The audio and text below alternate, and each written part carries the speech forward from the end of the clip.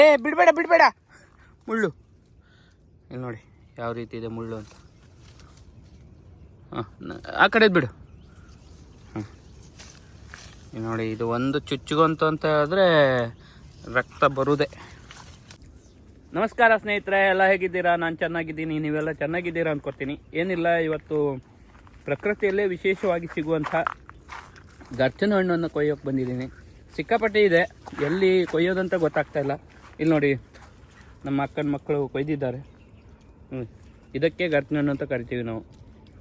ಒಂಥರ ಹುಳುಳಿಯಾಗಿ ಸಿಹಿಯಾಗಿ ಸಖತ್ತಾಗಿ ಟೇಸ್ಟಿಯಾಗಿರುವಂಥ ಪ್ರಕೃತಿಯ ಮಡಿಲಲ್ಲಿ ಸಿಗುವಂಥ ಒಂದು ಸ್ವಾದಿಷ್ಟವಾದಂಥ ಹಣ್ಣು.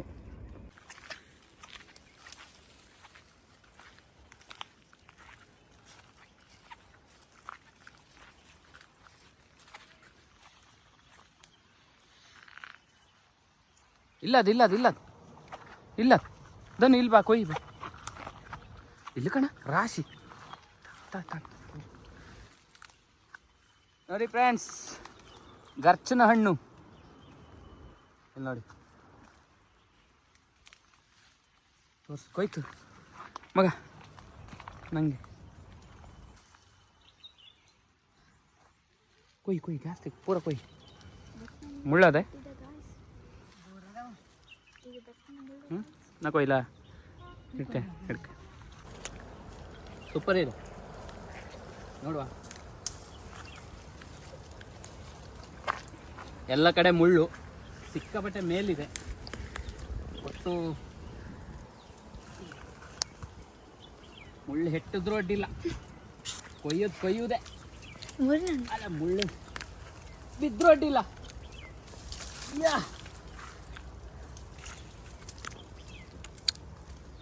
ಸಿಕ್ತು. ವಾ, ಚೌಳಿ ರಾಶಿ. ಹಿಡಿ ಇದನ್ನು ಹಿಡಿ.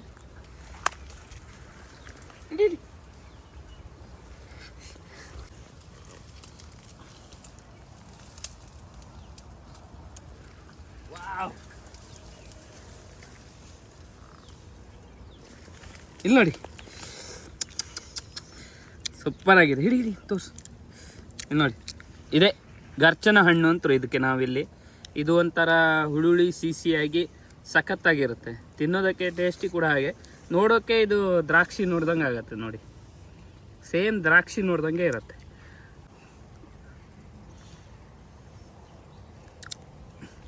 ಹುಳುಳಿಯಾಗಿ ಸೂಪರ್ ಆಗಿದೆ. ಬೇರೆ ಕಡೆ ಎಲ್ಲರೂ ಸಿಗತ್ತಾ ನೋಡ್ಕೊ ಹೋಗ್ತಾ ಇದ್ದೀನಿ. ಇಲ್ಲೆಲ್ಲ ಬೆತ್ತದ ಗಿಡಗಳು, ಇಲ್ಲಿ ಬೆತ್ತದ ಹಣ್ಣು ಇವಾಗ ಆಗುತ್ತೆ, ಸಿಕ್ಕಾಪಟ್ಟಿ ಆಗುತ್ತೆ. ನೋಡುವ, ಜಾಸ್ತಿ ಹಣ್ಣು ಸಿಕ್ಕಿದ್ರೆ ಮನೆಗೆ ಸ್ವಲ್ಪ ಮಕ್ಕಳಿಗೆ ತಗೊಂಡು ಹೋಗ್ತೀನಿ. ಜಾಸ್ತಿ ಕೈಯಿಂದ ಬಾಯಿಗೆ ಹೋಗುವಂಥದ್ದು, ಯಾಕಂತ ಹೇಳಿದ್ರೆ ಅಷ್ಟು ಟೇಸ್ಟ್ ಇರುತ್ತದು. ಇಲ್ಲಿ ನೋಡಿ, ಇಲ್ಲೆಲ್ಲ ಆಗಿದೆ, ಆದರೆ ಸಿಕ್ಕಾಪಟ್ಟೆ ಮುಳ್ಳು. ಇಲ್ಲಿ ನೋಡಿ,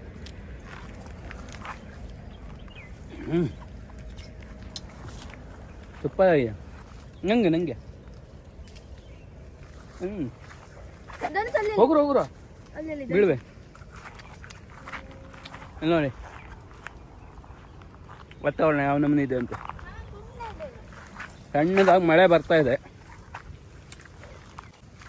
ಇಲ್ಲಿ ನೋಡಿ, ಇದೇನು ಕಾಣಿಸ್ತಾ ಇದೆಯಲ್ಲ, ಇದಿಲ್ಲಿ ನೇದ್ಲೆ ಹಣ್ಣು. ಆದರೆ ಇದು ದೊಡ್ಡ ಮಟ್ಟಕ್ಕಿಲ್ಲ, ಇದು ಸಣ್ಣ ನೇದ್ಲೆ ಹಣ್ಣು ಅಂತ ಕರಿತೀವಿ. ನಮ್ಮ ಕಡೆ ಇದಕ್ಕೆ ಕುಂಟು ನೇದ್ಲೆ ಹಣ್ಣು ಅಂತ ಕರಿತೀವಿ. ಇನ್ನೊಂದು ಮುರಿನ ಗಿಡ ಅಂತ ಇದೆ. ಇಲ್ಲಿ ನೋಡಿ, ಮುರಿನ ಗಿಡ. ಇದಕ್ಕೆ ನಾವು ಮುರಿನ ಹಣ್ಣು ಅಂತ ಕರಿತೀವಿ. ತೋರಿಸ್ತೀನಿ ಯಾವ ರೀತಿ ಇರುತ್ತೆ ಅಂತ ಹೇಳಿ. ನೋಡಿ, ಮುರಿನ ಹಣ್ಣು. ಇದು ಕೂಡ ಒಂಥರ ಪ್ರಕೃತಿಯಲ್ಲಿ ಸಿಗುವಂಥ ವಿಶೇಷವಾದಂಥ ಹಣ್ಣುಗಳಲ್ಲಿ ಒಂದು.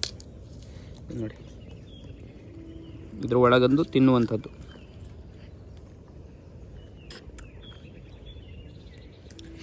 ತುಪ್ಪ, ಇದು ಕೂಡ ಸಿಹಿ ಹಾಗೂ ಹುಳಿ ಇರುತ್ತೆ. ಇದನ್ನು ಕೋಕಮ್ ಮಾಡ್ತೀವಿ. ಮುರಿನ ಹಣ್ಣನ್ನು ತೆಗೆದು ಅದಕ್ಕೆ ಸಕ್ಕರೆನ ಹಾಕಿ ಮಾಡ್ತಾರೆ. ಸಖತ್ತಾಗಿ ಟೇಸ್ಟಿಯಾಗಿರುವಂಥದ್ದು. ಹಾಗೆ ಇದು ಪಿತ್ತಕ್ಕೂ ಕೂಡ ಒಳ್ಳೆಯದು. ಪಿತ್ತ ಅಂತ ಹೇಳಿದ್ರೆ ತಲೆ ತಿರುಗೋದು ಇಂಥದ್ದೆಲ್ಲ ಇದ್ದರೆ ಇದನ್ನು ಬೆಳಗ್ಗೆ ನೆನೆಸಿಟ್ಟು ಬೆಳಗ್ಗೆ ಎದ್ದ ತಕ್ಷಣ ಕುಡಿಯೋದ್ರಿಂದ ಆ ಒಂದು ಸಮಸ್ಯೆ ಪರಿಹಾರ ಆಗುತ್ತೆ ಅಂತ ಹೇಳ್ತಾರೆ. ಸಖತ್ತಾಗಿದೆ. ಹೇಳಬೇಕು ಅಂತ ಹೇಳಿದ್ರೆ ಪ್ರಕೃತಿಯ ಮಡಿಲಲ್ಲಿ ಸಿಗುವಂತಹ ಎಲ್ಲ ಹಣ್ಣುಗಳು ಒಂದು ಜೀವಕ್ಕೆ ಆರೋಗ್ಯಕರವಾಗಿರುವಂಥದ್ದು. ಯಾವುದನ್ನು ತಿಂದರೂ ಸೈಡ್ ಎಫೆಕ್ಟ್ ಅಂತ ಇರಲ್ಲ. ಆದರೆ ಈಗೀಗ ಕೆಲವೊಂದು ಬೆಳೆಗಳನ್ನು ಬೆಳೆದು ಅದಕ್ಕೆ ಸಿಂಪಡಿಸುವಂಥ ರಾಸಾಯನಿಕಗಳಿಂದ ಆರೋಗ್ಯ ಕೆಡುವಂಥದ್ದು. ಆದರೆ ಇದು ನಿಜವಾಗ್ಲೂ ಯಾವುದೇ ರಾಸಾಯನಿಕಗಳನ್ನು ಇದಕ್ಕೆ ಸಿಂಪಡಿಸುವುದಿಲ್ಲ. ಇದು ಪ್ರಕೃತಿಯ ಮಡಿಲಲ್ಲಿ ನೇರವಾಗಿ ಸಿಗುವಂಥದ್ದು. ಸಖತ್ತಾಗಿದೆ ನಿಜವಾಗ್ಲೂ. ನೀವೊಂದು ಸಲ ಟ್ರೈ ಮಾಡಿ ತಿಂದು.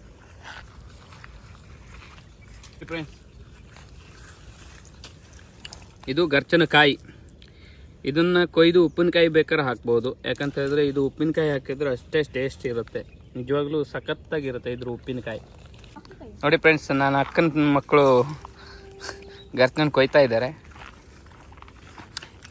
ಎಲ್ಲ ಕಡೆನೂ ಈಗ ಅಂತ ಹೇಳಿದ್ರೆ ಈ ಕಡೆ ಈ ಥರ ಪ್ರಕೃತಿಯ ಮಡಿಲಲ್ಲಿ ಎಲ್ಲ ಕಡೆನೂ ಗರ್ಚನ ಹಣ್ಣು ಜಾಸ್ತಿ ಸಿಗತ್ತೆ. ಕೊಯ್ಬೇಡ ನಾ ಬರ್ತೈತ. ಹಾಂ ತೋರ್ಸು ನೋಡು. ನೋಡಿ ನಮ್ಮ ಅಕ್ಕನ ಮಗ ಇಷ್ಟೊಂದು ಹಣ್ಣನ್ನು ಕೊಯ್ದಿದ್ದಾನೆ ಇವಾಗ. ನೋಡಿ ಇದು ಒಂಥರ ಕಲರ್ ಬೇರೆ ಇದೆ ಅಲ್ಲ, ನೋಡಿ ಡಿಫ್ರೆಂಟ್ ಕಲರಲ್ಲಿದೆ. ಆದರೆ ಇದು ಕೂಡ ಅದೇ ಟೇಸ್ಟೇ. ಸೂಪರ್ ಆಗಿದೆ ಹಣ್ಣು ಮಾತ್ರ ಸಖತ್ತಾಗಿದೆ. ನೋಡಿ ಕೊಯ್ತಾ ಇದ್ದಾನೆ.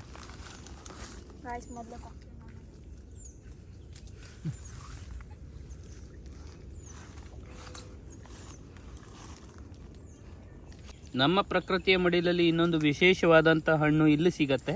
ಆ ಹಣ್ಣೊಂದು ತೋರಿಸ್ತೀನಿ ಬನ್ನಿ.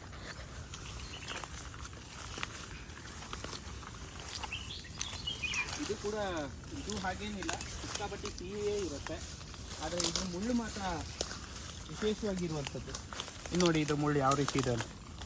ಒಂದು ಸಲ ತಾಕ್ತು ಅಂತ ಹೇಳಿದ್ರೆ ಎಲ್ಲ ಮಾಂಸಖಂಡಗಳನ್ನು ಕಿತ್ಕೊಂಡು ಹೋಗುವಂಥದ್ದು ಈ ಮುಳ್ಳು.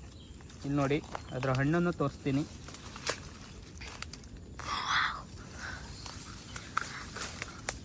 ನೋಡಿ ಇಲ್ಲಿರುವಂಥದ್ದು ಇಲ್ಲಿ ನೋಡಿ ಕೊಯ್ತಾ ಇದ್ದೀನಿ.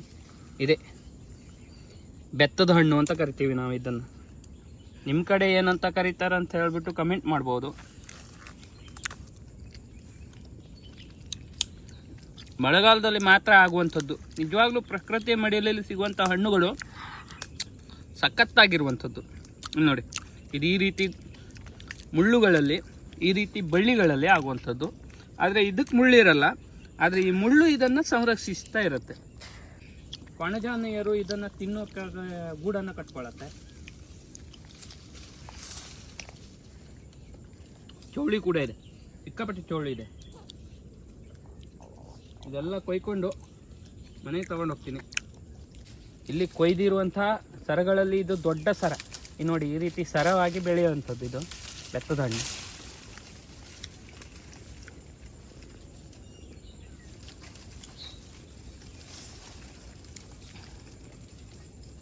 ನೋಡಿ ಈ ರೀತಿ ಇರುತ್ತೆ ಇದು.